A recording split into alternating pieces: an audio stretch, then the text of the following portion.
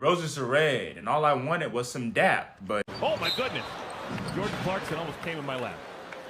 Welcome to the CH19 update video. We are finally back in a Chillers rotation, so let's head right into the changes, starting with the Decision Dome. We've added way more power-ups this time around to further increase the randomness and chaos inside the dome. Alongside this, we've also removed Nat Regen to strengthen the creepers in the dome. Also, I think it's possible to kill someone using a stick if you're fast enough, so be careful with that. Moving on to the games. A lot of changes that we have for this event will primarily focus on scoring. We understand that last event was very notable for scoring, CH inflation, so we wanted to address a couple of those games that may have those issues. As always, you may check the Discord server for all the scoring changes this event. But without further ado, let's head to the games, starting with Mayhem. Mayhem's game rotation for this event will be Pillars, MCM, Assassin's War, Rush Hour, Spleef, and Skyblockle. Pillars has received a new map, the Deep Dark, while Assassin's War will be played on the same map as before. Alongside this, we reworked how Rush Hour is played. We removed the life system, so now everyone gets to play all 8 rounds. But the bonus points in the end will only be given for those who didn't fail a single round. Skyversity receives its regular batch of changes, but this is the first game that we wanted to tackle the scoring changes with. We felt as though placements can never truly tell the full picture of what had happened. There's no difference between getting first by 3 minutes or getting first by only 30 seconds, and we wanted to make that difference felt. So we've added time bonuses for this event. Every 10 seconds remaining when your team finishes, you will receive 2 additional points. So if you finish with 3 minutes left, you'll receive 36 more points each. But don't worry, there's still placement points available to create gaps between the teams and to prevent making this a dead even game. We've heard all your complaints about how Tussle played last event, so we wanted to address those issues, starting with the map. And well, it looked like a volcano exploded onto it. Be very careful as it's very easy to fall onto them. A quick reminder that lava works differently now, so don't be too worried about the fire ticks. Additionally, early kills have been reduced slightly to prevent the inflation of scoring we got last event. Alongside this, we changed up our philosophy when it comes to making kits.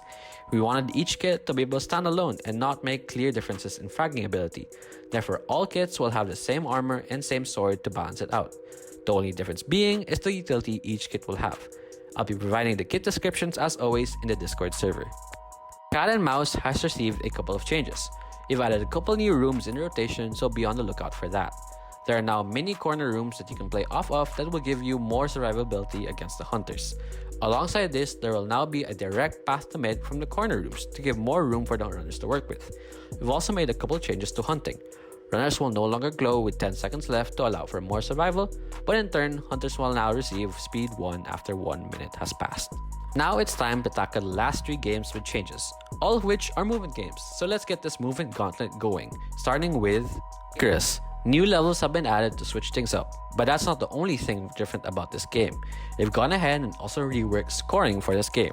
The same way how placement points don't tell a story in Sky is the same way how placement points don't tell everything in Icarus.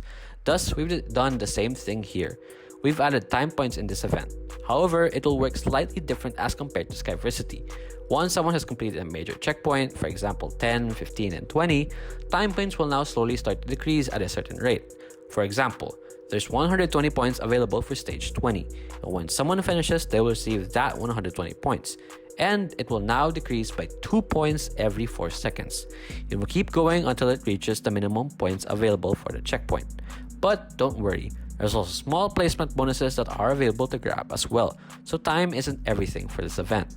We wanted to spice things up for this event, so hopefully this changes how the scoring will look. Moving on to Parkour. Easy has now been fully renamed to Speed, and all the levels have their own separate theme to give more color and personality for the stage. Alongside this, it will also follow time scoring format for this event. Moving on to Hard. New levels have been made and scoring has also been changed. We've slightly reduced the points gained in Hard as to further prevent the high scoring ceilings we got last CH. Alongside this, we've changed the 10 out of 10 bonus to a 9 out of 9 bonus to further help players who only missed out on the hard endings.